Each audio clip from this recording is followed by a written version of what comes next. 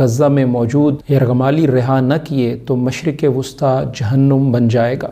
All hell will break out in the Middle East. اور تقریب کی خاتون میزبان نے یہ کہا کہ not surprise in this godless town، اور Los Angeles means the angels، نہ پستول نہ بندوق نہ بارود لیکن پھر بھی آگ ہے۔ ایسے لگ رہا ہے کہ جیسے ان علاقوں پر کسی نے ایٹم بم گرایا ہو۔ گھروں میں چوریاں اور لوٹ مار کرنے کے الزام میں 20 افراد کو گرفتار کر لیا گیا ہے۔ آگ، گھر میں آگ، گیراج میں آگ، الماری میں آگ، گاڑی میں آگ، کمرے میں آگ، بستر میں آگ، آگ ہی آگ۔ جی ہاں، دنیا کا شاید ہر مہنگا برانڈ یہاں جل رہا ہے۔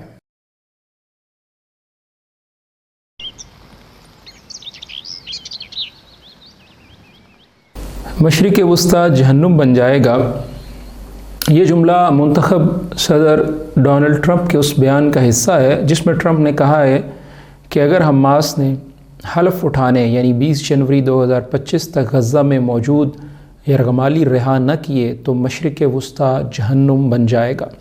All hell will break out in the Middle East۔ If those hostages aren't back, I don't want to hurt your negotiation. If they're not back by the time I get into office, all hell will break out in the Middle East.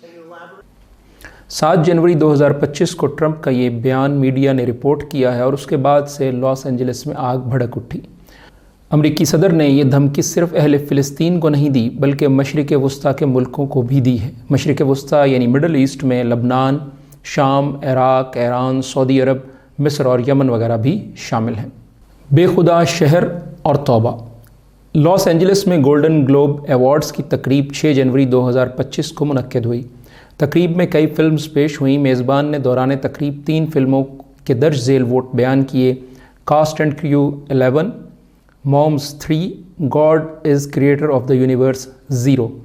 جب آخری film کے بارے میں اعلان کیا گیا کہ اس نے کوئی بھی ووٹ حاصل نہیں کیا تو حاضرین بھی ہنسنے لگے اور تقریب کی خاتون میزبان نے یہ کہا کہ not surprise in this godless town، ایسے بنا خدا یعنی بغیر خدا کے شہر میں یہ حیران کن بات نہیں۔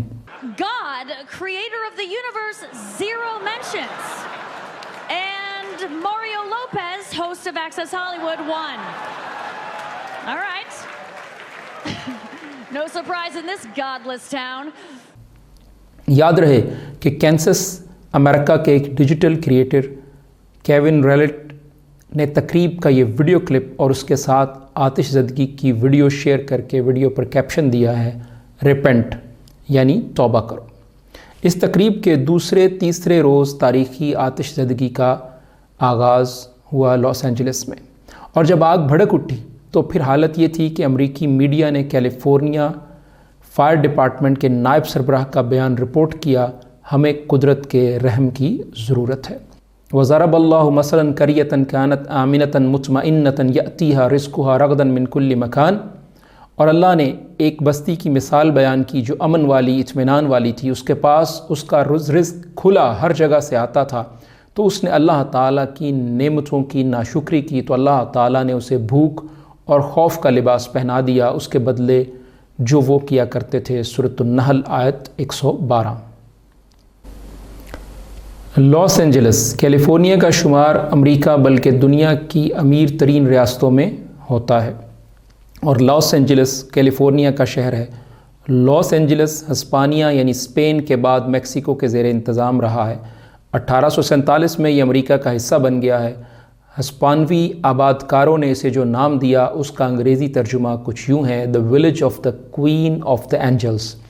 بعد ازاں اس نام کو مختصر کر کے لاس اینجلس کہہ دیا گیا، انسائکلوپیڈیا برٹنیکا، اور Los Angeles means the Angeles.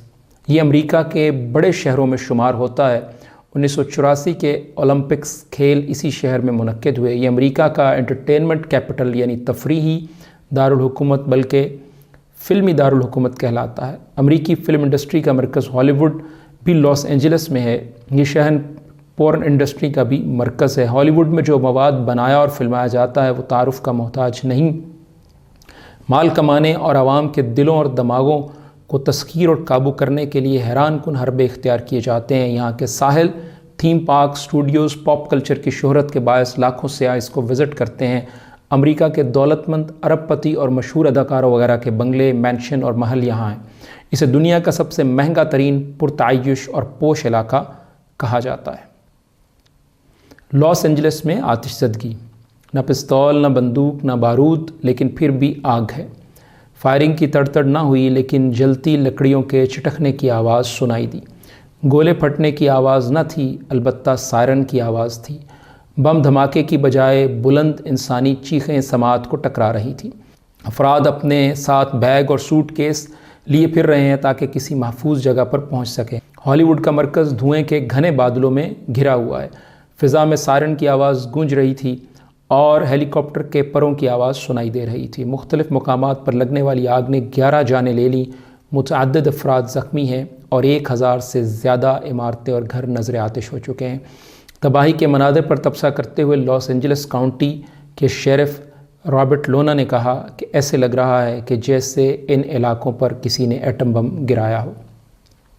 کم سے کم 1,37,000 افراد کو نقل مکانی پر مجبور ہونا پڑا۔ یہ آگ ہزاروں مکانات کو تباہ اور 37,000 ایکڑ زمین کو جلا کر راکھ کر چکی ہے، اور آگ بجھانے کی کوشش میں ہزاروں ایمرجنسی کارکن مصروف رہے۔ ہیلی کاپٹر ایک وقت میں درختوں پر 3,000 گیلن پانی گراتے رہے اور پھر دوبارہ ٹینکیاں بھر کر واپس آتے رہے۔ خصوصی طیارے آگ بجھانے کے لیے آس پاس کی پہاڑیوں کے اوپر گہرے سرخ رنگ کا مایع پھینکتے رہے۔ غیر ملکی میڈیا کے مطابق لاس اینجلس کاؤنٹی کے شیرف رابرٹ لونا نے تصدیق کی ہے کہ آگ کے باعث خالی کرائی گئی املاک میں لوٹ مار اور چوریوں کے واقعات میں اضافہ ہوا ہے۔ گھروں میں چوریاں اور لوٹ مار کرنے کے الزام میں 20 افراد کو گرفتار کر لیا گیا ہے۔ انشورنس انڈسٹری کو خدشہ ہے کہ یہ آتش زدگی امریکی تاریخ کی سب سے مہنگی آگ ثابت ہو سکتی ہے، جس میں بیمہ شدہ نقصانات $8 بلین سے زیادہ کی توقع کی جا رہی ہے، اور لاس اینجلس آتش زدگی کے نقصانات کا تخمینہ $150 ارب سے بڑھ گیا ہے۔ پہاڑ پر آگ، پارک میں آگ، جنگل میں آگ، مارکیٹ میں آگ، ہوٹل میں آگ، تھیٹر میں آگ، سینما میں آگ، لائبریری میں آگ، درختوں میں آگ، گھر میں آگ، گیراج میں آگ، الماری میں آگ، گاڑی میں آگ، کمرے میں آگ، بستر میں آگ، آگ ہی آگ۔ جی ہاں، دنیا کا شاید ہر مہنگا برانڈ یہاں جل رہا ہے۔